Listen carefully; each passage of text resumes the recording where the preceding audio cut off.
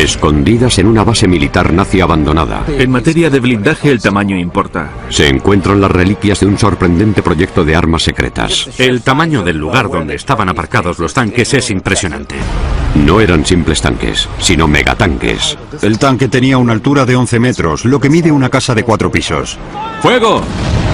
Concebidos por el propio Führer. Esto es lo que quiero. A la orden. Hitler creía en la idea de que cuanto más grande mejor. Diseñados para aplastar a los enemigos del Tercer Reich. Para el enemigo debía ser terrorífico y espantoso enfrentarse a eso. Esta es la increíble historia de los supertanques de Hitler, de los ingenieros que los fabricaron Eran una obra maestra. y los héroes que los guiaron a la batalla. El porcentaje de bajas era muy elevado. ¡Al ataque! En 15 minutos, Michael Wittmann destruyó 13 tanques. ¡Fuego! Las mayores obras de la Segunda Guerra Mundial ordenadas por Hitler para asegurarse el dominio mundial.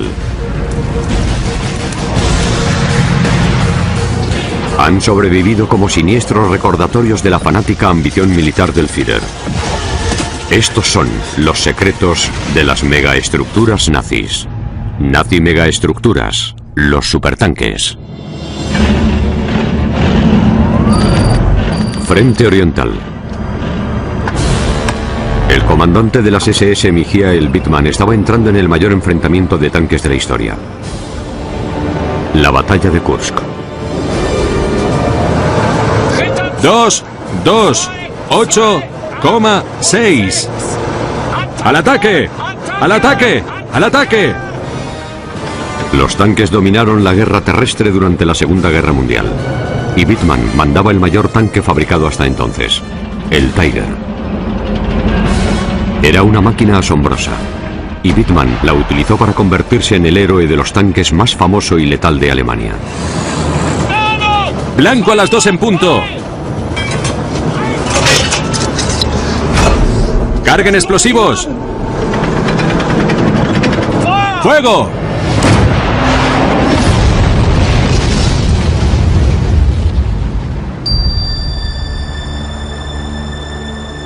Hoy solo sobrevive un puñado de los enormes tanques Tiger de Hitler. Y solo uno revela cómo se fabricaron. Es la única ocasión que se tiene de ver las piezas del tanque como si fuera un rompecabezas gigante. El historiador experto en tanques, Ralf Rafts, está investigando el programa de supertanques de la Alemania nazi. Porque gracias a Hitler, el impresionante Tiger no fue más que el principio. A Hitler le fascinaban los tanques grandes. Fue él mismo quien dio impulso a que cada vez fuesen más grandes. La obsesión de Hitler con los grandes tanques y cañones comenzó en la Primera Guerra Mundial. Siendo cabo en el frente, presenció de primera mano el poder de la artillería pesada. Hitler experimentó el enorme peso de su poderío, la lluvia incesante de proyectiles. Fue algo que se grabó en la memoria en sus años de infantería. Se tiende a considerar la Primera Guerra Mundial como la guerra de la ametralladora, pero en realidad fue la guerra de la artillería. Los cañones eran cada vez más grandes y pesados, tenían mayor autonomía y lanzaban proyectiles más grandes y pesados a distancias más largas. En la Primera Guerra Mundial, Hitler no solo observó que los cañones cada vez eran mayores, vio que cada vez eran más móviles. Y presenció la llegada del primer tanque, el Mark I británico.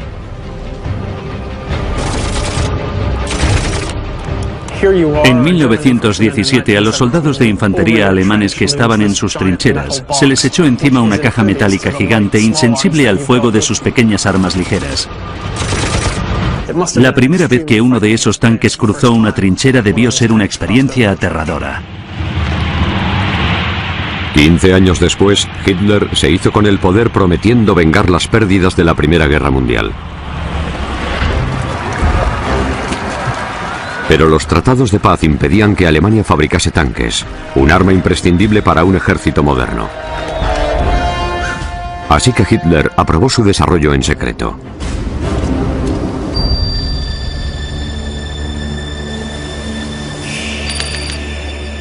Hoy, escondido en un frondoso pinar, se encuentra un complejo militar nazi abandonado que antaño fue líder mundial en desarrollo de armas. Es el antiguo cuartel general de las operaciones secretas nazis. Son más de 25 kilómetros cuadrados de laboratorios de armas de alta tecnología, campos de tiro, fábricas de tanques y vertederos de combustible. Aquí los científicos nazis crearon los primeros misiles balísticos del mundo. Y también fue aquí donde nacieron los revolucionarios y legendarios tanques. El coronel Chris Wilbeck es un veterano de la guerra de tanques en Irak e historiador experto en tanques. Aquí es donde llevaban a cabo pruebas con los tanques, pero ahora está muy deteriorado. Ha visto tiempos mejores. Las pruebas realizadas aquí transformaron la idea de Hitler de cómo luchar una guerra terrestre móvil. Da miedo meterse en la mente de Hitler, pero tuvo que verse influido por la Primera Guerra Mundial, donde fue cabo en el frente y vio los horrores de la guerra estática y lineal. Nadie quería tener otra guerra como la Primera Guerra Mundial. Todos pensaban que el tanque podía restaurar la movilidad en el campo de batalla para evitar guerras largas y costosas.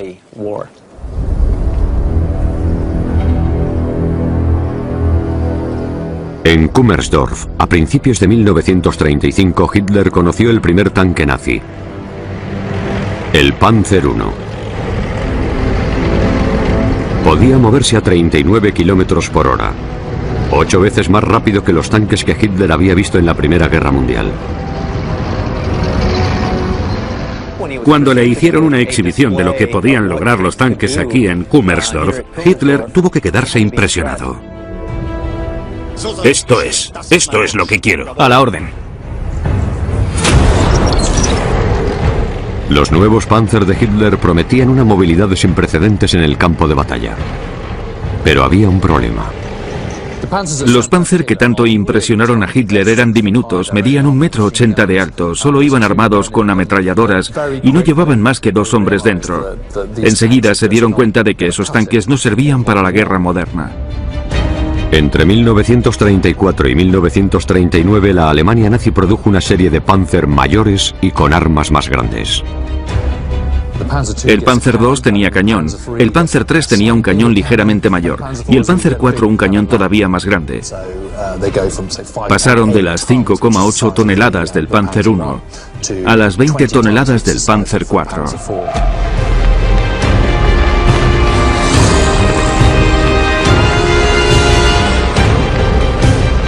En solo 5 años los Panzer de Hitler cuadriplicaron su tamaño. Ya no era un secreto y estaban a punto de entrar en acción por vez primera. En septiembre de 1939 los tanques invadieron Polonia y empezaron la Segunda Guerra Mundial.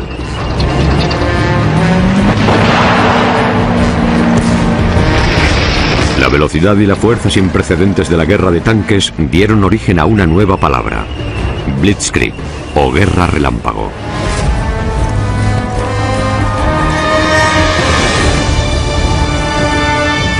El genio que estaba detrás del éxito de la táctica de la Blitzkrieg nazi era el general Hans Guderian. El último disparo ha sido perfecto. Sí, señor. Sigan a izquierda y derecha. Sí, señor. Pero el éxito de Guderian se debía a algo más que su equipamiento de vanguardia. Lo importante de los Panzer no eran los tanques en sí. Los tanques son la expresión visual, lo que se aprecia en las imágenes. Los tanques son lo que se ve. Pero lo que los hace efectivos es el paquete completo, su capacidad de comunicación, su cooperación con las fuerzas aéreas, con la artillería, con la infantería. Eso es lo que hace que los Panzer sean efectivos, no cada tanque individual por sí solo. Las tácticas de la Blitzkrieg de Guderian tuvieron éxito desde el principio de la Segunda Guerra Mundial. Abrieron grandes brechas en las líneas polacas. Abrieron grandes brechas en las líneas francesas. Los franceses no pudieron enfrentarse a los veloces movimientos de la táctica bélica alemana. Michael Wittmann, de 28 años, formaba parte de esa fuerza aparentemente imparable.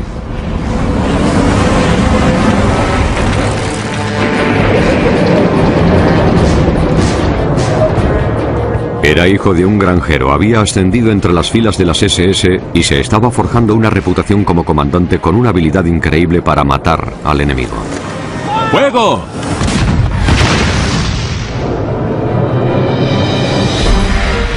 En 1941 formaba parte del imparable ejército alemán que había conquistado la mayor parte de Europa.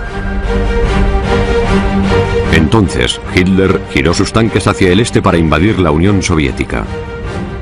En la Operación Barbarroja. Cuando comience la Operación Barbarroja, el mundo contendrá el aliento y se quedará sin habla. Solo tendremos que dar una patada en la puerta y toda la estructura podrida se vendrá abajo. El Führer reunió la mayor fuerza invasora de la historia en la frontera soviética. 3.600 tanques y 4 millones de hombres. El ejército de los Panzer tenía muchísima confianza en sí mismo. ¿Pero a quién se enfrentaba? Al ejército rojo, al que la propaganda había representado durante años, desde que los nazis se alzaron con el poder, como un puñado de campesinos ignorantes, de bolcheviques que no sabían nada, creían que sería un paseo. El 22 de junio de 1941, Alemania comenzó la invasión.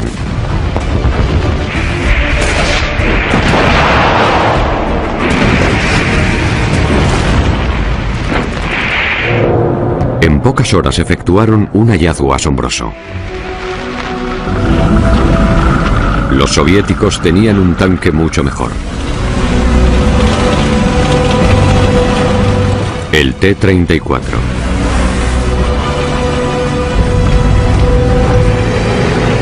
En sus batallas previas por Europa, las unidades blindadas de Hitler lo habían arrasado todo a su paso. Pero el T-34 era más pesado, más veloz. Estaba mejor blindado y tenía más potencia que los últimos Panzer. Hitler iba a necesitar tanques mayores. Los ingenieros alemanes se pusieron a buscar un arma que eliminase la amenaza que presentaban los tanques T-34 soviéticos y la encontraron en un cañón llamado Flak 88. Originalmente diseñada para derribar aviones, fue el arma que un día se acoplaría al primer supertanque nazi. Necesitamos un cañón mayor. Ya lo he dicho antes, no intenten engañarme. Necesitamos un tanque con un 88. Si los alemanes montaban un Flak 88 en un Panzer, sería la mayor arma jamás instalada en un tanque. Y colocar un cañón de ese tamaño añadiría una cantidad de peso enorme. Decidirse por un cañón de 8,8 centímetros fue decidirse también por un tanque pesado, porque hacía falta un tanque grande y pesado para transportar ese cañón. El nuevo supertanque sería muy distinto de los Panzer que le habían precedido. Y se le dio un nuevo nombre: Tiger. El desarrollo del Tiger marcó un gran punto de inflexión, porque marcó el punto en que los alemanes se dijeron que el tamaño importa en cuestión de blindaje. El nuevo monstruo de Hitler sería el mayor tanque de la guerra. Pero necesitaba que alguien lo diseñase. Su primera elección fue un diseñador de coches de 66 años, Ferdinand Porsche. Nunca había fabricado un tanque y era famoso por algo mucho más pequeño: el Volkswagen Escarabajo. Hitler admiraba a Porsche porque creía que era un genio de la técnica, tal vez el mayor genio de la técnica de su época. Poco después del ascenso de Hitler al poder, Porsche se reunió con Hitler y le explicó sus ideas sobre un coche deportivo. El coche tuvo mucho éxito en esa época y competía en carreras por aquí. Esto es el antiguo circuito de carreras Avis de Berlín. Aquí, en la década de 1930, los coches deportivos de Porsche exhibieron la excelencia de la ingeniería alemana y entusiasmaron a Hitler. Ello condujo a un encargo para fabricar el Escarabajo, el coche del pueblo de la Alemania nazi. Pero crear el mayor tanque de la guerra era un reto muy distinto. Si miramos estos dos vehículos, está claro que la diferencia no puede ser mayor. El Volkswagen se diseñó para servir al pueblo, a la gente sencilla, y el tanque se diseñó para matar a la gente sencilla. Porsche tuvo que pasar de fabricar un coche familiar a fabricar una máquina de matar. Hitler y los nazis le dijeron que fabricase un tanque monstruo, y Porsche accedió. Pero fabricar un tanque monstruo no era fácil ni para el eficiente Dr. Porsche.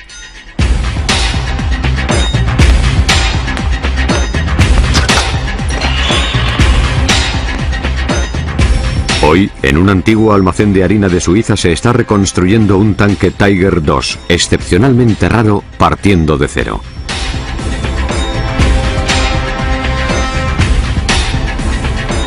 Para el historiador experto en tanques, Ralph Rapps, ofrece una oportunidad única de ver de primera mano los retos a los que se enfrentó Porsche. Es una visión impresionante.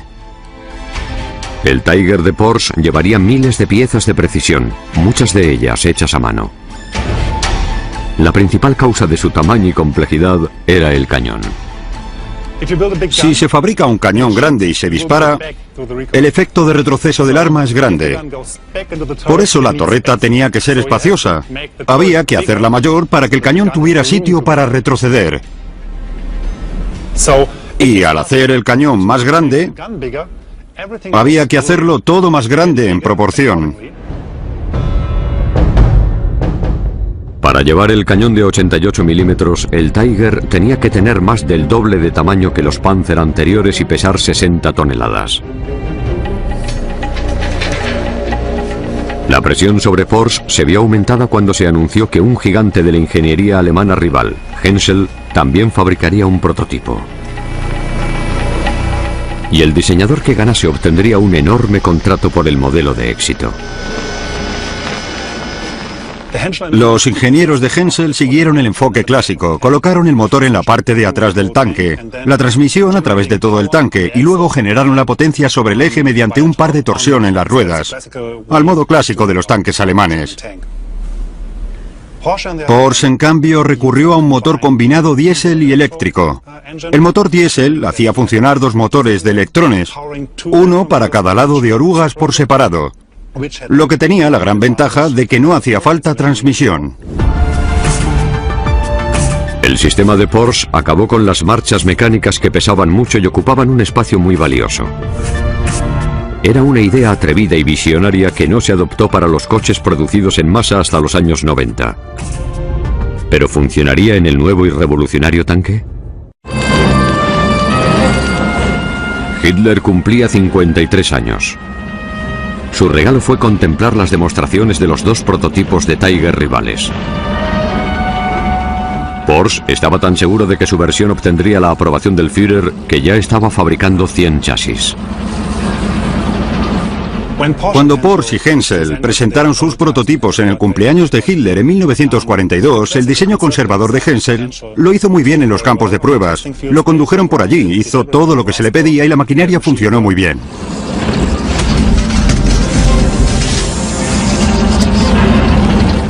¿Qué ha pasado? Es la electricidad, no es un problema. En cambio, el tanque de Porsche sufrió una combustión interna y no pudo hacer nada en el campo de pruebas. Así que la decisión estaba muy clara. El tanque innovador de Porsche fue un fracaso. El motor era demasiado complicado y se incendiaba continuamente. La idea de Porsche era inteligente, ingeniosa e interesante, pero fue el diseño de Henschel el que funcionó. El tanque que se empezó a producir fue el Tiger de Henschel. Tenía el doble de tamaño que el principal tanque soviético, el T-34. También llevaba piezas de precisión hechas a mano y venía con su propio manual de instrucciones. Publicaron un manual muy bien escrito y con abundantes ilustraciones para la tripulación del Tiger, para que cada hombre supiera qué hacer y cuál era su función en el tanque. Para captar la atención, el manual del Tiger incluía imágenes de mujeres escasas de ropa. Y del ministro de Armamento Albert Speer, que decía a los soldados que no desperdiciasen munición. También proporcionaba consejos para lidiar con el enorme peso del tanque. Decía, si no estás seguro de si el Tiger es demasiado pesado para el terreno, coge a un camarada, súbelo a hombros, ve al lugar sobre el que dudas y ponte a la pata coja. Si no te hundes en el suelo, el peso del tanque está bien, pero si te hundes es que el Tiger es excesivamente pesado. Aunque el peso era un problema, ofrecían soluciones para que el hombre corriente del frente supiera qué hacer. El Tiger era un costoso mazo diseñado para aplastar las líneas soviéticas. Y Hitler lo pondría a prueba en la mayor batalla de tanques de la historia.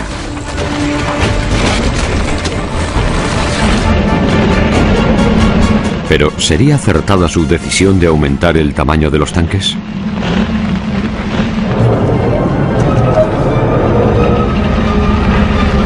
Primavera de 1943. Frente ruso. Las fuerzas alemanas se preparaban para atacar una línea de 200 kilómetros alrededor de la ciudad de Kursk. La razón por la que los alemanes querían atacar allí es doble. Primero porque querían reducir el frente en 270 kilómetros. Y sobre todo porque querían atacar directamente a la mayor concentración de fuerzas soviéticas y con suerte derrotarlas.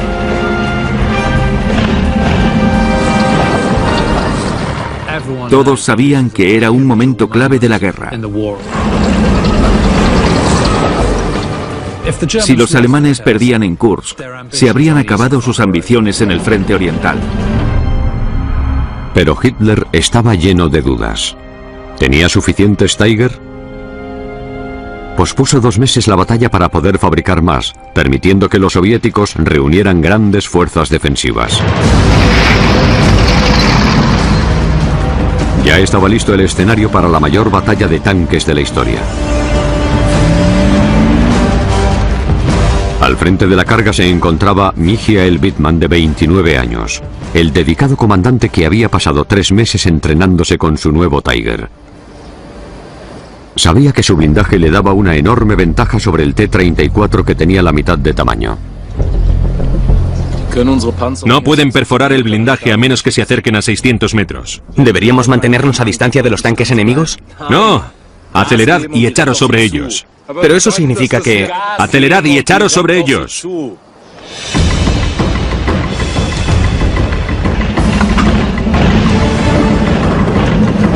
El 5 de julio de 1943, Hitler dio por fin la orden de atacar. Era el momento de la verdad para los Tiger. ¡Fuego! 228,6.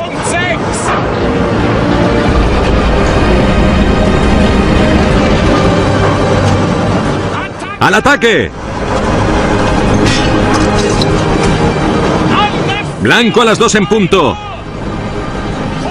A 100 metros de distancia. ¡Carguen explosivos! Explosivos cargados.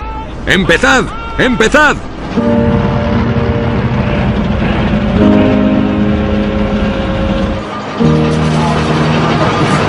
¡Fuego!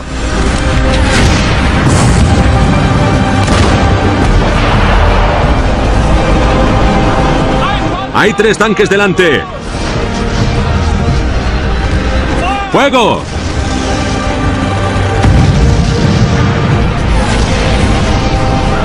Al final del primer día, Wittmann había destruido 15 tanques y baterías antitanques enemigos.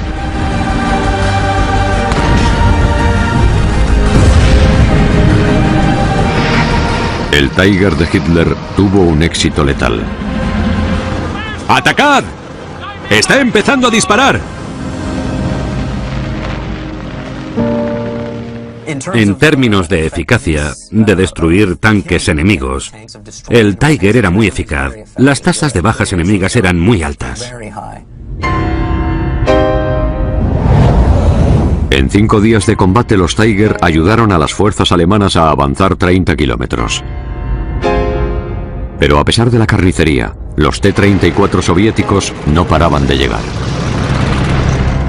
El problema de los alemanes en el frente oriental es que estaban en inferioridad numérica. Parecía que el enemigo nunca se acababa, como si fuera una hidra a la que cuando se le cortaba la cabeza le crecían 6 más.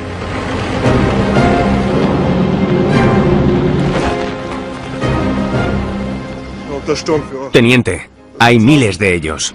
Escucha mis órdenes y repítelas. De lo contrario, quédate callado. Concéntrate y así a lo mejor sobrevives. Mientras Alemania fabricaba a mano su obra maestra, las fábricas de tractores soviéticas habían estado produciendo miles de T-34. El Tiger de alta tecnología estaba en clara inferioridad numérica y su mantenimiento era preocupantemente difícil. Era muy complejo mecánicamente y muy pesado, lo que acarreaba problemas con el motor y la transmisión, con la suspensión, con lo cual tenía muchas averías. Como muchos de los Tiger enviados a Kursk, el tanque de Wittmann no fue derrotado por el enemigo, sino por su propia y compleja ingeniería. Los informes alemanes indican que hubo tantos tanques destruidos por su propia tripulación para evitar su captura después de que se averiasen o se dañasen, como tanques destruidos por el fuego enemigo. Alemania tenía demasiados pocos Tiger para romper las líneas soviéticas que tenían 100 kilómetros de grosor. Tras perder 54.000 hombres y 254 vehículos blindados, Hitler abandonó la ofensiva de Kursk.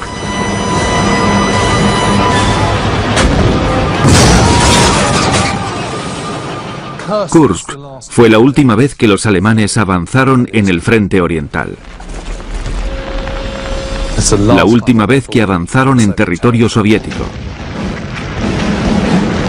A partir de entonces siempre estarían retirándose.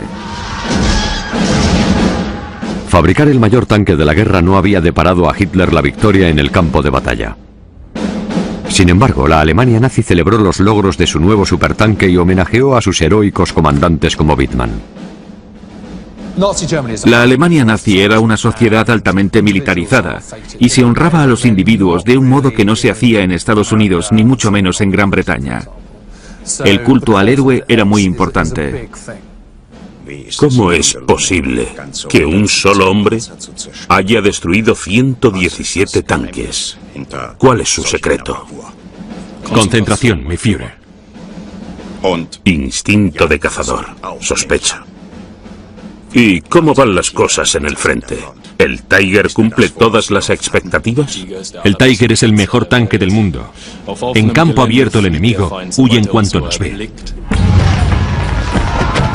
A pesar de perder la batalla de Kursk, los éxitos individuales del Tiger convencieron a Hitler de que cuanto más grande, mejor. Para él, el siguiente paso era lógico. Alemania fabricaría el primer auténtico megatanque.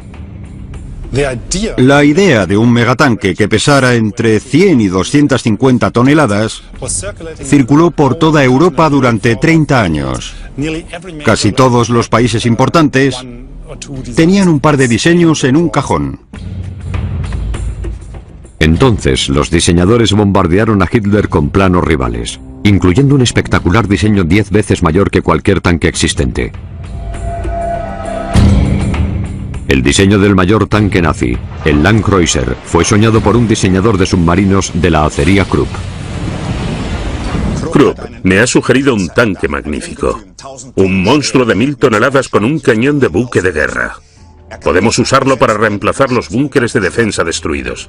Póngame con el señor Folter de Krupp. Este es el único plano que existe de ese vehículo. Si te fijas en el diseño y tienes en cuenta sus dimensiones, es como un barco terrestre. La altura del tanque era de 11 metros. Es el tamaño de una casa de 4 pisos. Y la longitud del diseño era de 39 metros. El Landkreuzer era un tanque demasiado grande para su uso práctico. El ministro de Armamento Albert Speer se dio cuenta y canceló el proyecto.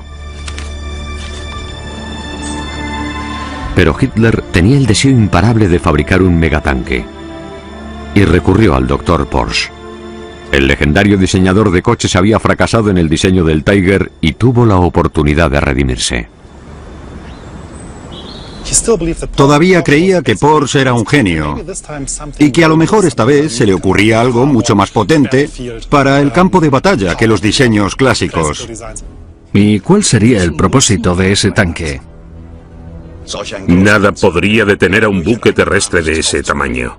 Por supuesto, no iría solo, sino con una escolta de tanques más pequeños.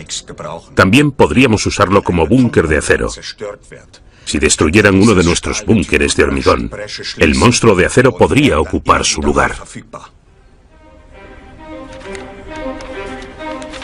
El nuevo monstruo de acero se llamaría el Maus. Era un desafío monumental para la ingeniería y Porsche no podía permitirse volver a fallar a su Führer. Todo lo que Porsche tuvo que incluir en ese tanque por exigencia de Hitler fue un problema a mucha mayor escala que antes. Este es el primer diseño que propuso Porsche en junio de 1942. Era un tanque clásico alemán a otra escala. Era el doble de grande que el Tiger, pero a Hitler no le bastó. Como Porsche fracasó en ofrecerle un diseño a la escala colosal que quería, Hitler lo dibujó él mismo. Especificó la longitud y el diámetro exactos del cañón y el grosor del blindaje del tanque de sus sueños. Este es el Maus final con las exigencias que incluyó Hitler a lo largo del tiempo. Pesaba 188 toneladas.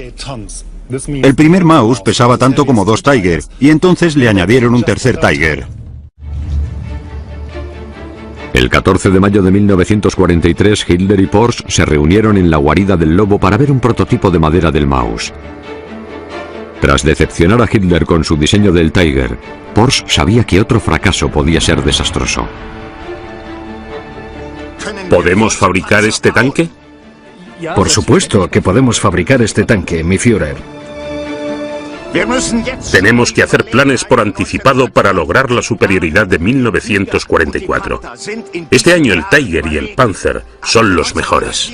El año que viene, los mejores serán el Maus y el Tiger II. Es fantástico. El gigantesco Maus era irresistible para Hitler. El supertanque de Porsche acabaría fabricándose. Todo lo que hacía tendía al colosalismo. Grandes búnkeres subterráneos, grandes cañones, grandes tanques. Hitler estaba convencido de la idea de que el tamaño importa. Pero fabricar ese tanque gigante supuso enormes retos técnicos para Porsche. Los alemanes habían intentado fabricar un enorme cañón móvil años antes. Un arma llamada Schwerer Gustav, que hacía que el Maus de Porsche pareciera enano. Fue una valiosa lección sobre las desventajas de construir a lo grande. Aún sobrevive una pieza de ese cañón. Uno de sus proyectiles. Lo que me llama la atención cuando miro esta granada es su enorme tamaño. Tiene casi 4 metros de largo y pesa 5.000 kilos. Podía causar graves daños. Podía penetrar 10 metros a través del hormigón. Podía perforar una plancha de acero de 1 metro de grueso. Cuando abría fuego no había nada más potente. Terminado en 1942, el Gustav pesaba más de 1.300 toneladas. Era tan grande que el único modo de transportarlo era en su propio ferrocarril. Y llevarlo al frente de batalla era una labor ímproba. Hacían falta 25 trenes para trasladar todo el equipo e instalaciones del Schwerer Gustav. Tardaron 2 o 3 meses en prepararlo para disparar en junio de 1942. Hacían falta 2.500 personas para construir las vías de tren, para montar el cañón y para dispararlo. Una vez posicionado, el Schwerer Gustav requería grandes cantidades de hombres y recursos para operar. El cañón gigante no podía girar, así que había que construir nuevas vías de tren para apuntarlo en la dirección acertada. En total, hacían falta 90 días para preparar el cañón para disparar. Y solo se usó una vez, contra la ciudad soviética de Sebastopol. Logró destruir potentes fortificaciones, pero a un alto precio. Pudo efectuar 48 disparos y luego el cañón quedó inutilizado del todo por el desgaste. Disparar proyectiles de 5,5 toneladas a velocidades supersónicas destrozó el cañón. Hacía falta muchísimo mantenimiento para que funcionase. Y a causa de su tamaño, era muy vulnerable a los ataques aéreos. ¿Fue el Sverre Gustav un arma de éxito? Al final la respuesta es que no. Para fabricar el Maus, Porsche tenía que montar un gran cañón en el mayor tanque jamás fabricado. Pero a diferencia del Gustav, tenía que ser práctico y maniobrable. Y crucialmente tenía que ofrecer a Hitler el poder de devastación que ansiaba. El Führer necesitaba desesperadamente armas que contrarrestasen las enormes pérdidas en Rusia. Armas capaces de sembrar el pánico entre sus enemigos. A partir de 1943, la mayoría de alemanes sabían que no iban a ganar la guerra, pero Hitler se seguía aferrando a su idea del Reich de los 1000 años. Y como siempre fue un fanático de la tecnología, empezó a tener fe en armas milagrosas, ya fueran cohetes, o aviones a propulsión, o incluso tanques Maus. Kummersdorf, Alemania. Aquí se almacenarían los prototipos del tanque gigante Maus. En 1935, en esta base secreta, Hitler se había extasiado ante el peso de 6 toneladas del Panzer I. Esto es lo que quiero. A la orden. Ahora Kummersdorf alojaría un tanque 36 veces mayor. En este edificio se guardaban los 2 Panzer VII alemanes, los Maus.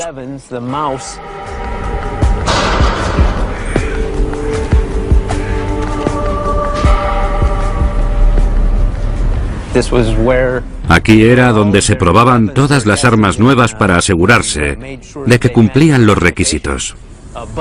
Impresiona ver el tamaño del lugar donde aparcaban los tanques. Hitler y los nazis tenían grandes esperanzas para los tanques Maus que guardaban aquí. Esperaban que fueran un arma milagrosa. Grandes fortalezas ambulantes que podrían derrotar a cualquier cosa a su paso. Pero antes de que Hitler pudiera usar el Maus en combate, su inventor, el Dr. Porsche, tenía que hacerlo móvil. A pesar del desastre con su tanque Tiger, seguía teniendo fe en su pionero motor diésel eléctrico. Las pruebas podían darle la razón. La presión de los tanques sobre las orugas era tan buena, estaba tan bien distribuida por el suelo, que podían alcanzar 15 o 20 km/h en terreno abierto. Porsche se las arregló para diseñar el interior del Maus para que el mastodóntico y voluminoso tanque se moviera casi como un coche normal. Y cualquiera que pudiera conducir un coche podía conducir un Maus. Y la dirección desde el punto de la ingeniería era una obra maestra. El Maus de Porsche fue un triunfo de la técnica, pero posiblemente no era el vehículo de combate más práctico. Cualquier puente que hubiera intentado cruzar el Maus se habría hundido, así que tenía que poder cruzar ríos. Hubo que instalarle un tubo para respirar, sellar todos los agujeros del tanque y conectarlo con otro Maus, porque tenía un motor diésel eléctrico Porsche que no podía funcionar bajo el agua. El Maus se metía en el agua y al llegar al otro lado daba energía al segundo Maus, que a su vez se metía en el agua. En tierra firme resultó que el Maus engullía sorprendentes cantidades de gasolina. Consumía 1 litro de diésel cada 30 metros en una época en la que cada vez escaseaba más el combustible. El alto mando nazi se mostró dividido sobre su producción en masa. Pero la guerra no esperó. En junio de 1944 los aliados invadieron Normandía. En una semana habían avanzado a gran distancia tierra adentro. Para contraatacar, los nazis tuvieron que confiar en su supertanque original, el Tiger. Y en héroes como Michael Wittmann. Cerca de un pueblo llamado Villers-Bocage se dice que Wittmann observó movimientos de tanques aliados. ¿Creen que ya han ganado la guerra? Vamos a demostrarles lo contrario. Descubrió una formación entera de tanques echando la siesta. Y decidió atacarla con un solo Tiger.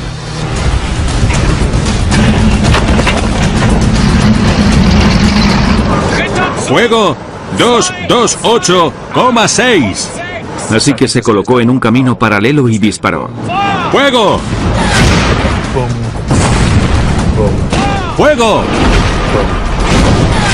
Y destruyó uno detrás de otro. En 15 minutos, destruyó entre 12 y 13 tanques británicos y el mismo número de vehículos.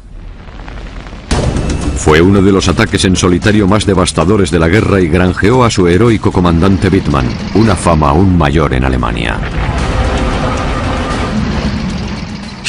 La gente como Wittmann ayudaba mucho al ejército a mantener la moral alta, pero a la vez ocultaba la realidad de la industria de la guerra. Alemania no había fabricado suficientes tanques. En la Segunda Guerra Mundial fabricó 1.300 Tiger comparado con los 50.000 Sherman que fabricó Estados Unidos. Y 2.000 de esos Sherman estaban dotados con cañones extra grandes para destruir a los Tiger. Se llamaban luciérnagas Sherman. La idea genial de los Luciérnaga era que se basaban en el mismo tanque que ya se producía en masa. Y para mantenerlos, no hacían falta piezas de repuesto nuevas, porque usaban dos cosas que ya existían. Un cañón del 17, que ya tenía la artillería, y un tanque Sherman. El Luciérnaga se convirtió en el archienemigo de Wittmann. El 8 de agosto de 1944, un artillero de un Luciérnaga avistó el Tiger de Wittmann a lo lejos. Bastó con un disparo para perforar el blindaje del Tiger, prender fuego a la munición e incinerar a Wittmann y su tripulación.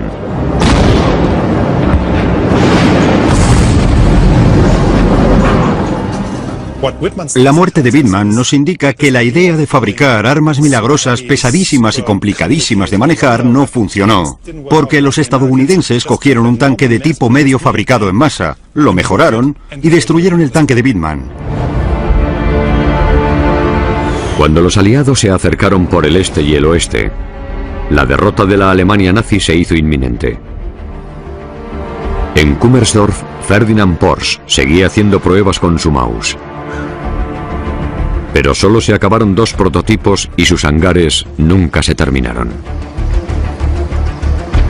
El Maus fue un truco de marketing para mantener a la gente creyendo en esa locura de guerra, en esa guerra cruel, incluso cuando estaba perdida, cuando ya era obvio para todos que estaba perdida. En marzo de 1945 los soviéticos llegaron a Alemania y descubrieron 2 tanques Maus abandonados cerca de Kummersdorf. Realizaron pruebas con ellos, pero concluyeron que no tenían utilidad práctica. Nunca más se volvió a construir un tanque tan grande. El Maus fue un callejón sin salida evolutivo en términos de desarrollo de tanques, porque no tenía la movilidad necesaria para obtener resultados prácticos en el campo de batalla moderno. El Maus, como el cañón Gustav, fue un arma demasiado grande para ser mínimamente práctica. El resultado del amor de Hitler por lo colosal.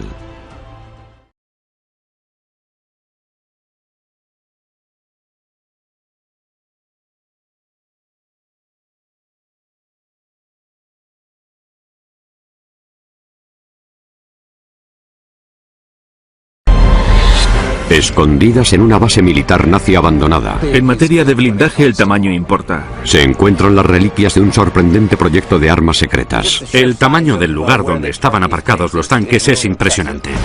No eran simples tanques, sino megatanques. El tanque tenía una altura de 11 metros, lo que mide una casa de 4 pisos. ¡Fuego! Concebidos por el propio Führer. Esto es lo que quiero. A la orden. Hitler creía en la idea de que cuanto más grande mejor. Diseñados para aplastar a los enemigos del Tercer Reich. Para el enemigo debía ser terrorífico y espantoso enfrentarse a eso.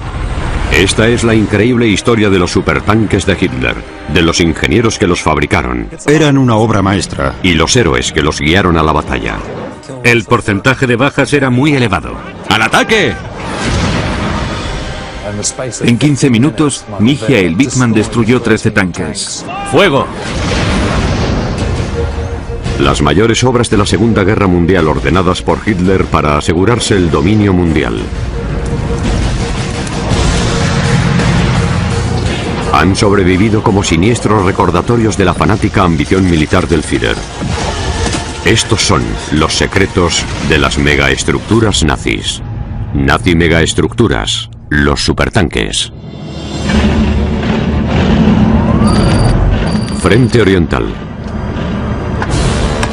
El comandante de las SS Michael Wittmann estaba entrando en el mayor enfrentamiento de tanques de la historia. La batalla de Kursk. 228,6. ¡Al ataque! ¡Al ataque! ¡Al ataque! Los tanques dominaron la guerra terrestre durante la Segunda Guerra Mundial. Y Wittmann mandaba el mayor tanque fabricado hasta entonces, el Tiger. Era una máquina asombrosa. Y Wittmann la utilizó para convertirse en el héroe de los tanques más famoso y letal de Alemania. ¡Blanco a las 2 en punto! ¡Carguen explosivos! ¡Fuego!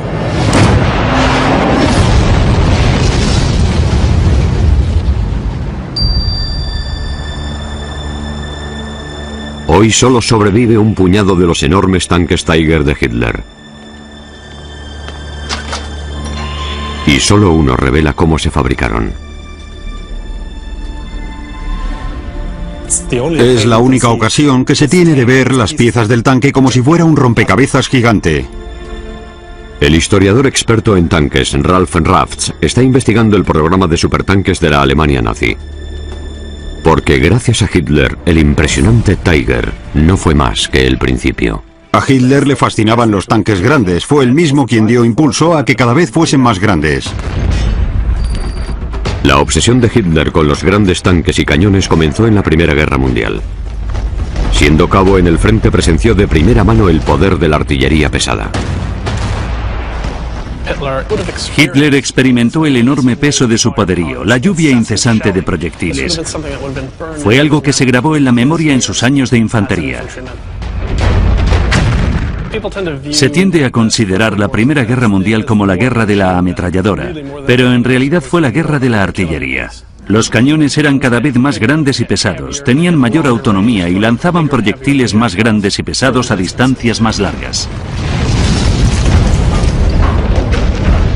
En la Primera Guerra Mundial, Hitler no solo observó que los cañones cada vez eran mayores, vio que cada vez eran más móviles. Y presenció la llegada del primer tanque, el Mark I británico.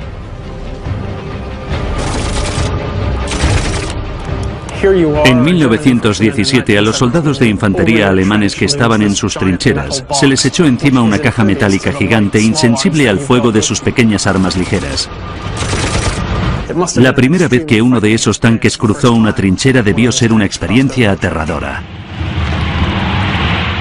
15 años después, Hitler se hizo con el poder prometiendo vengar las pérdidas de la Primera Guerra Mundial. Pero los tratados de paz impedían que Alemania fabricase tanques, un arma imprescindible para un ejército moderno. Así que Hitler aprobó su desarrollo en secreto.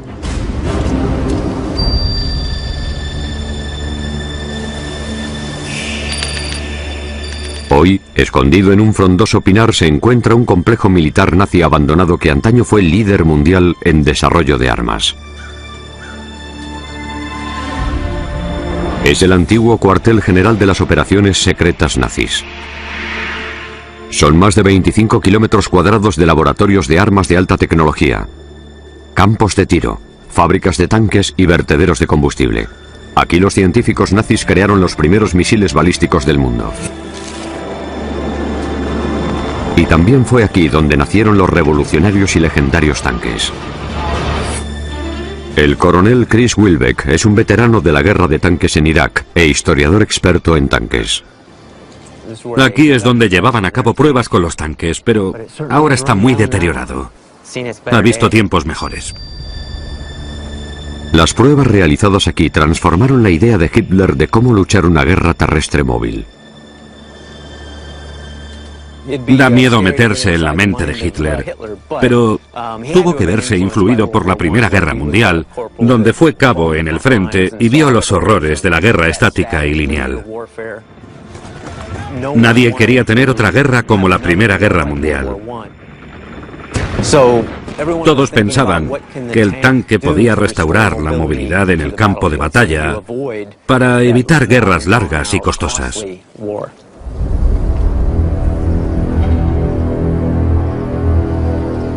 En Kummersdorf, a principios de 1935, Hitler conoció el primer tanque nazi, el Panzer I. Podía moverse a 39 kilómetros por hora, 8 veces más rápido que los tanques que Hitler había visto en la Primera Guerra Mundial. Cuando le hicieron una exhibición de lo que podían lograr los tanques aquí en Kummersdorf, Hitler tuvo que quedarse impresionado. Esto es lo que quiero. A la orden. Los nuevos Panzer de Hitler prometían una movilidad sin precedentes en el campo de batalla. Pero había un problema. Los Panzer que tanto impresionaron a Hitler eran diminutos, medían 1,80 m de alto, solo iban armados con ametralladoras y no llevaban más que 2 hombres dentro. Enseguida se dieron cuenta de que esos tanques no servían para la guerra moderna. Entre 1934 y 1939 la Alemania nazi produjo una serie de Panzer mayores y con armas más grandes. El Panzer II tenía cañón, el Panzer III tenía un cañón ligeramente mayor y el Panzer IV un cañón todavía más grande. Pasaron de las 5,8 toneladas del Panzer I a las 20 toneladas del Panzer IV.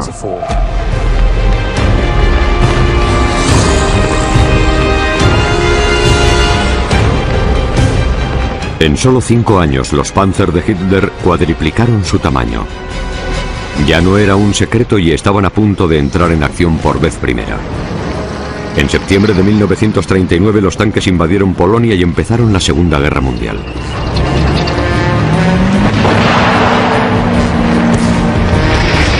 La velocidad y la fuerza sin precedentes de la guerra de tanques dieron origen a una nueva palabra: Blitzkrieg, o guerra relámpago.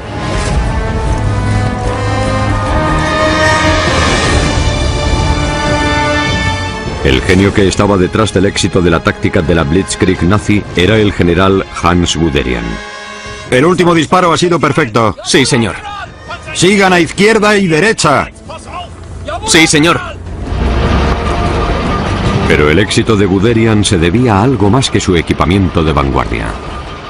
Lo importante de los Panzer no eran los tanques en sí. Los tanques son la expresión visual, lo que se aprecia en las imágenes. Los tanques son lo que se ve. Pero lo que los hace efectivos es el paquete completo, su capacidad de comunicación, su cooperación con las fuerzas aéreas, con la artillería, con la infantería. Eso es lo que hace que los Panzer sean efectivos, no cada tanque individual por sí solo. Las tácticas de la Blitzkrieg de Guderian tuvieron éxito desde el principio de la Segunda Guerra Mundial. Abrieron grandes brechas en las líneas polacas.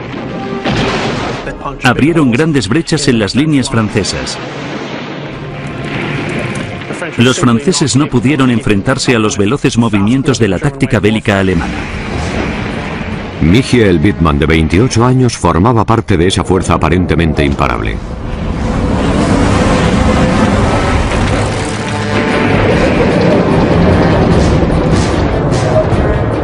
Era hijo de un granjero, había ascendido entre las filas de las SS y se estaba forjando una reputación como comandante con una habilidad increíble para matar al enemigo. ¡Fuego!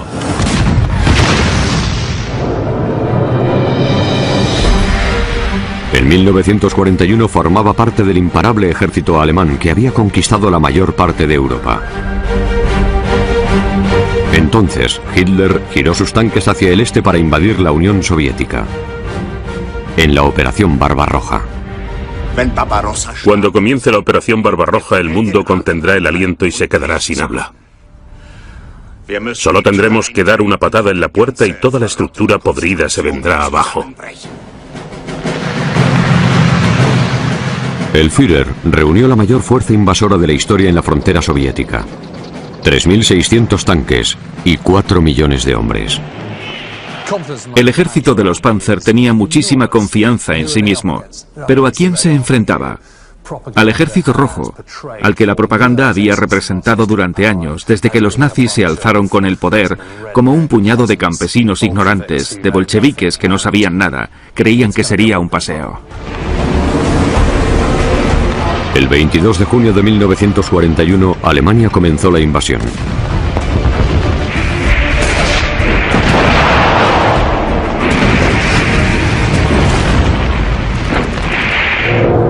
En pocas horas efectuaron un hallazgo asombroso. Los soviéticos tenían un tanque mucho mejor. El T-34.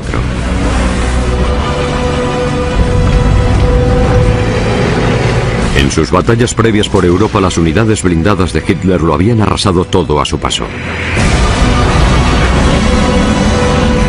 Pero el T-34 era más pesado, más veloz. Estaba mejor blindado y tenía más potencia que los últimos Panzer. Hitler iba a necesitar tanques mayores.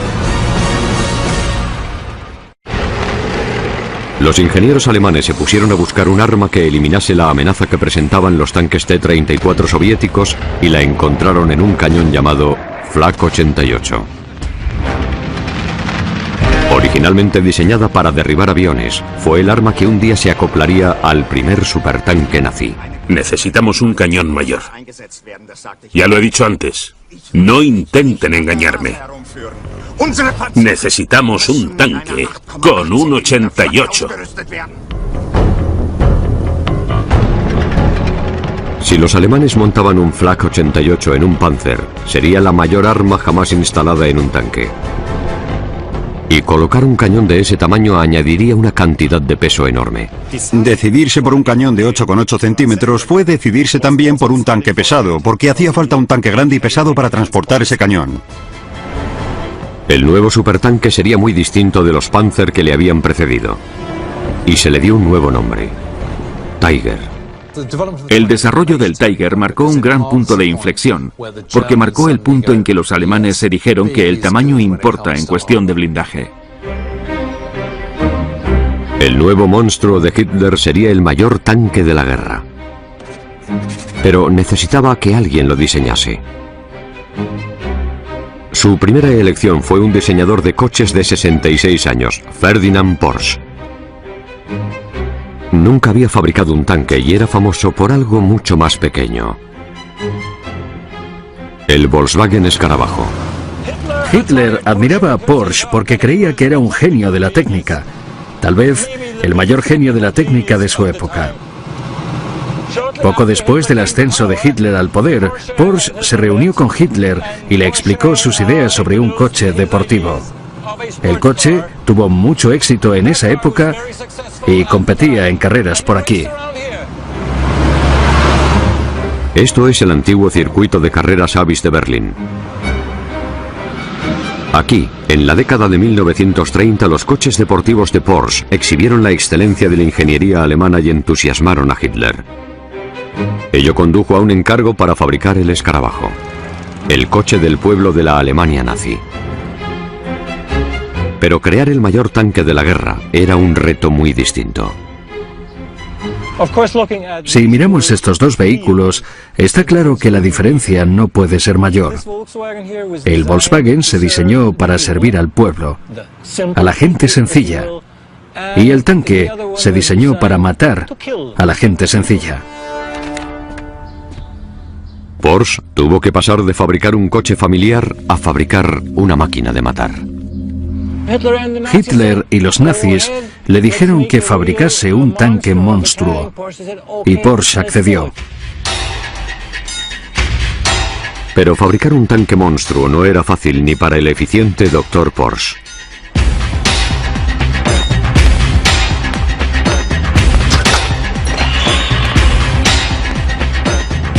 Hoy, en un antiguo almacén de harina de Suiza se está reconstruyendo un tanque Tiger II, excepcionalmente raro, partiendo de cero.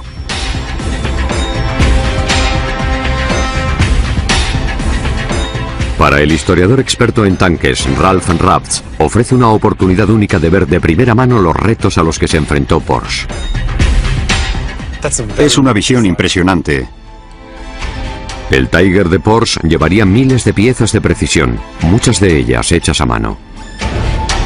La principal causa de su tamaño y complejidad era el cañón. Si se fabrica un cañón grande y se dispara, el efecto de retroceso del arma es grande. Por eso la torreta tenía que ser espaciosa. Había que hacerla mayor para que el cañón tuviera sitio para retroceder. Y al hacer el cañón más grande, había que hacerlo todo más grande en proporción. Para llevar el cañón de 88 milímetros, el Tiger tenía que tener más del doble de tamaño que los Panzer anteriores y pesar 60 toneladas.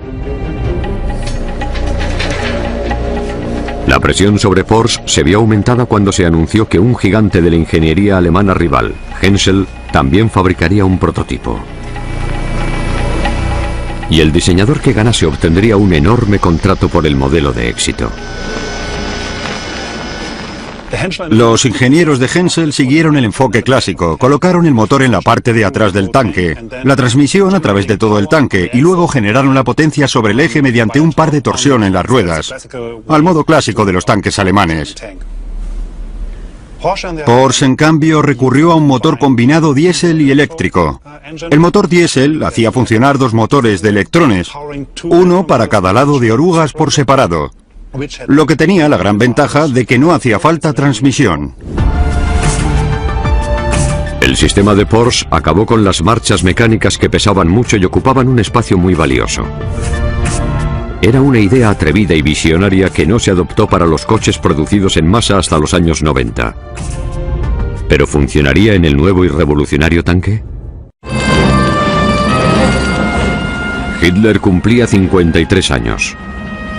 Su regalo fue contemplar las demostraciones de los dos prototipos de Tiger rivales. Porsche estaba tan seguro de que su versión obtendría la aprobación del Führer que ya estaba fabricando 100 chasis. Cuando Porsche y Henschel presentaron sus prototipos en el cumpleaños de Hitler en 1942, el diseño conservador de Henschel lo hizo muy bien en los campos de pruebas. Lo condujeron por allí, hizo todo lo que se le pedía y la maquinaria funcionó muy bien.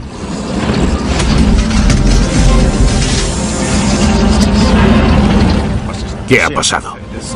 Es la electricidad, no es un problema. En cambio, el tanque de Porsche sufrió una combustión interna y no pudo hacer nada en el campo de pruebas. Así que la decisión estaba muy clara. El tanque innovador de Porsche fue un fracaso. El motor era demasiado complicado y se incendiaba continuamente. La idea de Porsche era inteligente, ingeniosa e interesante, pero fue el diseño de Henschel el que funcionó. El tanque que se empezó a producir fue el Tiger de Henschel. Tenía el doble de tamaño que el principal tanque soviético, el T-34. También llevaba piezas de precisión hechas a mano y venía con su propio manual de instrucciones. Publicaron un manual muy bien escrito y con abundantes ilustraciones para la tripulación del Tiger, para que cada hombre supiera qué hacer y cuál era su función en el tanque. Para captar la atención, el manual del Tiger incluía imágenes de mujeres escasas de ropa. Y del ministro de Armamento Albert Speer, que decía a los soldados que no desperdiciasen munición. También proporcionaba consejos para lidiar con el enorme peso del tanque. Decía, si no estás seguro de si el Tiger es demasiado pesado para el terreno, coge a un camarada, súbelo a hombros, ve al lugar sobre el que dudas y ponte a la pata coja. Si no te hundes en el suelo, el peso del tanque está bien, pero si te hundes es que el Tiger es excesivamente pesado. Aunque el peso era un problema, ofrecían soluciones para que el hombre corriente del frente supiera qué hacer. El Tiger era un costoso mazo diseñado para aplastar las líneas soviéticas. Y Hitler lo pondría a prueba en la mayor batalla de tanques de la historia.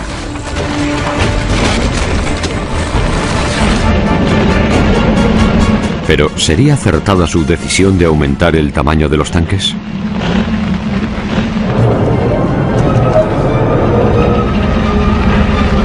Primavera de 1943. Frente ruso. Las fuerzas alemanas se preparaban para atacar una línea de 200 kilómetros alrededor de la ciudad de Kursk.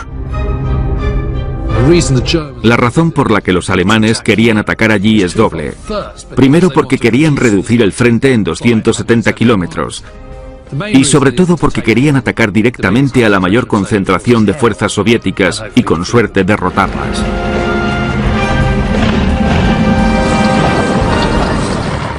Todos sabían que era un momento clave de la guerra. Si los alemanes perdían en Kursk, se habrían acabado sus ambiciones en el frente oriental. Pero Hitler estaba lleno de dudas. ¿Tenía suficientes Tiger? Pospuso 2 meses la batalla para poder fabricar más, permitiendo que los soviéticos reunieran grandes fuerzas defensivas. Ya estaba listo el escenario para la mayor batalla de tanques de la historia. Al frente de la carga se encontraba Michael Wittmann, de 29 años, el dedicado comandante que había pasado 3 meses entrenándose con su nuevo Tiger. Sabía que su blindaje le daba una enorme ventaja sobre el T-34, que tenía la mitad de tamaño. No pueden perforar el blindaje a menos que se acerquen a 600 metros. ¿Deberíamos mantenernos a distancia de los tanques enemigos? ¡No! Acelerad y echaros sobre ellos. Pero eso significa que... Acelerad y echaros sobre ellos.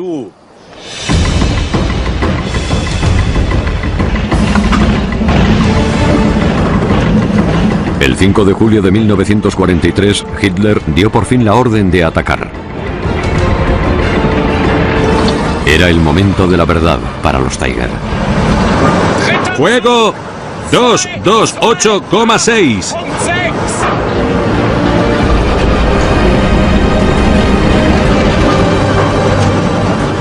¡Al ataque! Blanco a las 2 en punto. A 100 metros de distancia. ¡Carguen explosivos! Explosivos cargados. ¡Empezad! ¡Empezad!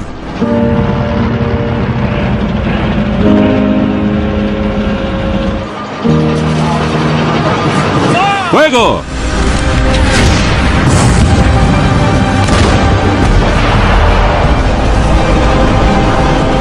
Hay 3 tanques delante. ¡Fuego!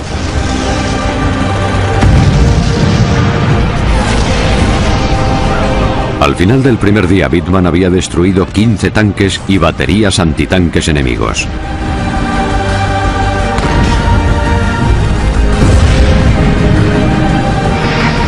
El Tiger de Hitler tuvo un éxito letal. ¡Atacad! ¡Está empezando a disparar! En términos de eficacia, de destruir tanques enemigos, el Tiger era muy eficaz. Las tasas de bajas enemigas eran muy altas. En 5 días de combate, los Tiger ayudaron a las fuerzas alemanas a avanzar 30 kilómetros. Pero a pesar de la carnicería, los T-34 soviéticos no paraban de llegar. El problema de los alemanes en el frente oriental es que estaban en inferioridad numérica. Parecía que el enemigo nunca se acababa, como si fuera una hidra a la que cuando se le cortaba la cabeza le crecían 6 más.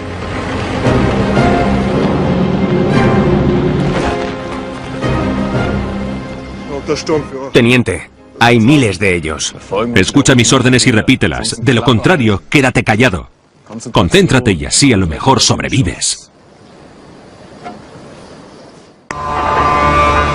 Mientras Alemania fabricaba a mano su obra maestra, Las fábricas de tractores soviéticas habían estado produciendo miles de T-34. El Tiger de alta tecnología estaba en clara inferioridad numérica y su mantenimiento era preocupantemente difícil. Era muy complejo mecánicamente y muy pesado, lo que acarreaba problemas con el motor y la transmisión, con la suspensión, con lo cual tenía muchas averías. Como muchos de los Tiger enviados a Kursk, el tanque de Wittmann no fue derrotado por el enemigo, sino por su propia y compleja ingeniería. Los informes alemanes indican que hubo tantos tanques destruidos por su propia tripulación para evitar su captura después de que se averiasen o se dañasen, como tanques destruidos por el fuego enemigo. Alemania tenía demasiados pocos Tiger para romper las líneas soviéticas que tenían 100 kilómetros de grosor. Tras perder 54.000 hombres y 254 vehículos blindados, Hitler abandonó la ofensiva de Kursk.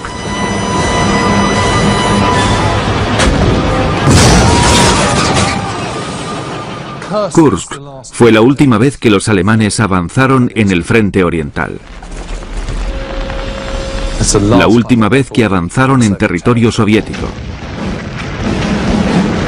A partir de entonces siempre estarían retirándose. Fabricar el mayor tanque de la guerra no había deparado a Hitler la victoria en el campo de batalla.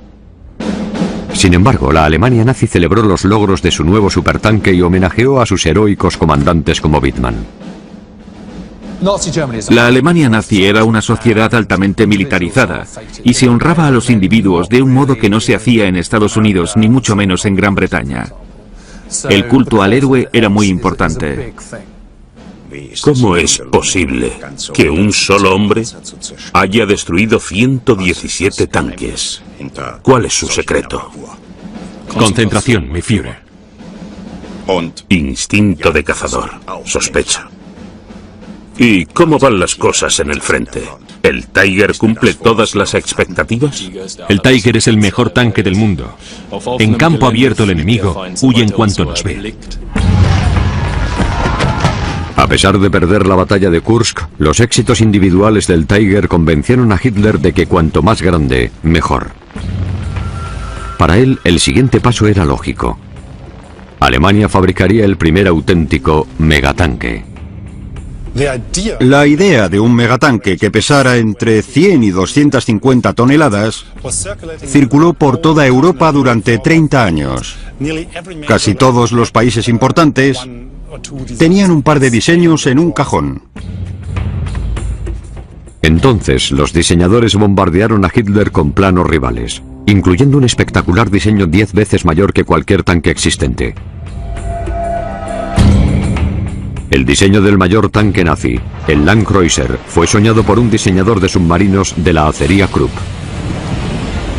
Krupp me ha sugerido un tanque magnífico. Un monstruo de 1000 toneladas con un cañón de buque de guerra. Podemos usarlo para reemplazar los búnkeres de defensa destruidos. Póngame con el señor Folter de Krupp. Este es el único plano que existe de ese vehículo. Si te fijas en el diseño y tienes en cuenta sus dimensiones, es como un barco terrestre. La altura del tanque era de 11 metros. Es el tamaño de una casa de 4 pisos. Y la longitud del diseño era de 39 metros. El Landkreuzer era un tanque demasiado grande para su uso práctico. El ministro de Armamento Albert Speer se dio cuenta y canceló el proyecto. Pero Hitler tenía el deseo imparable de fabricar un megatanque y recurrió al Dr. Porsche. El legendario diseñador de coches había fracasado en el diseño del Tiger y tuvo la oportunidad de redimirse. Todavía creía que Porsche era un genio y que a lo mejor esta vez se le ocurría algo mucho más potente para el campo de batalla que los diseños clásicos. ¿Y cuál sería el propósito de ese tanque? Nada podría detener a un buque terrestre de ese tamaño. Por supuesto, no iría solo, sino con una escolta de tanques más pequeños. También podríamos usarlo como búnker de acero.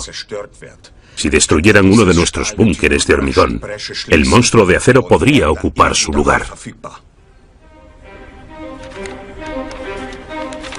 El nuevo monstruo de acero se llamaría el Maus. Era un desafío monumental para la ingeniería y Porsche no podía permitirse volver a fallar a su Führer. Todo lo que Porsche tuvo que incluir en ese tanque por exigencia de Hitler fue un problema a mucha mayor escala que antes. Este es el primer diseño que propuso Porsche en junio de 1942. Era un tanque clásico alemán a otra escala. Era el doble de grande que el Tiger, pero a Hitler no le bastó. Como Porsche fracasó en ofrecerle un diseño a la escala colosal que quería, Hitler lo dibujó él mismo. Especificó la longitud y el diámetro exactos del cañón y el grosor del blindaje del tanque de sus sueños. Este es el Maus final con las exigencias que incluyó Hitler a lo largo del tiempo. Pesaba 188 toneladas.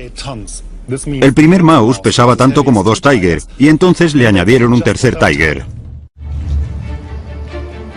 El 14 de mayo de 1943, Hitler y Porsche se reunieron en la guarida del Lobo para ver un prototipo de madera del Maus. Tras decepcionar a Hitler con su diseño del Tiger, Porsche sabía que otro fracaso podía ser desastroso. ¿Podemos fabricar este tanque? Por supuesto que podemos fabricar este tanque, mi Führer. Tenemos que hacer planes por anticipado para lograr la superioridad de 1944. Este año el Tiger y el Panzer son los mejores. El año que viene, los mejores serán el Maus y el Tiger II. Es fantástico. El gigantesco Maus era irresistible para Hitler. El supertanque de Porsche acabaría fabricándose. Todo lo que hacía tendía al colosalismo. Grandes búnkeres subterráneos, grandes cañones, grandes tanques. Hitler estaba convencido de la idea de que el tamaño importa. Pero fabricar ese tanque gigante supuso enormes retos técnicos para Porsche. Los alemanes habían intentado fabricar un enorme cañón móvil años antes. Un arma llamada Schwerer Gustav, que hacía que el Maus de Porsche pareciera enano. Fue una valiosa lección sobre las desventajas de construir a lo grande. Aún sobrevive una pieza de ese cañón. Uno de sus proyectiles. Lo que me llama la atención cuando miro esta granada es su enorme tamaño. Tiene casi 4 metros de largo y pesa 5.000 kilos. Podía causar graves daños. Podía penetrar 10 metros a través del hormigón. Podía perforar una plancha de acero de 1 metro de grueso. Cuando abría fuego no había nada más potente. Terminado en 1942, el Gustav pesaba más de 1.300 toneladas. Era tan grande que el único modo de transportarlo era en su propio ferrocarril. Y llevarlo al frente de batalla era una labor ímproba. Hacían falta 25 trenes para trasladar todo el equipo e instalaciones del Schwerer Gustav. Tardaron 2 o 3 meses en prepararlo para disparar en junio de 1942. Hacían falta 2.500 personas para construir las vías de tren, para montar el cañón y para dispararlo. Una vez posicionado, el Schwerer Gustav requería grandes cantidades de hombres y recursos para operar. El cañón gigante no podía girar, así que había que construir nuevas vías de tren para apuntarlo en la dirección acertada. En total, hacían falta 90 días para preparar el cañón para disparar. Y solo se usó una vez, contra la ciudad soviética de Sebastopol. Logró destruir potentes fortificaciones, pero a un alto precio. Pudo efectuar 48 disparos y luego el cañón quedó inutilizado del todo por el desgaste. Disparar proyectiles de 5,5 toneladas a velocidades supersónicas destrozó el cañón. Hacía falta muchísimo mantenimiento para que funcionase. Y a causa de su tamaño, era muy vulnerable a los ataques aéreos. ¿Fue el Schwerer Gustav un arma de éxito?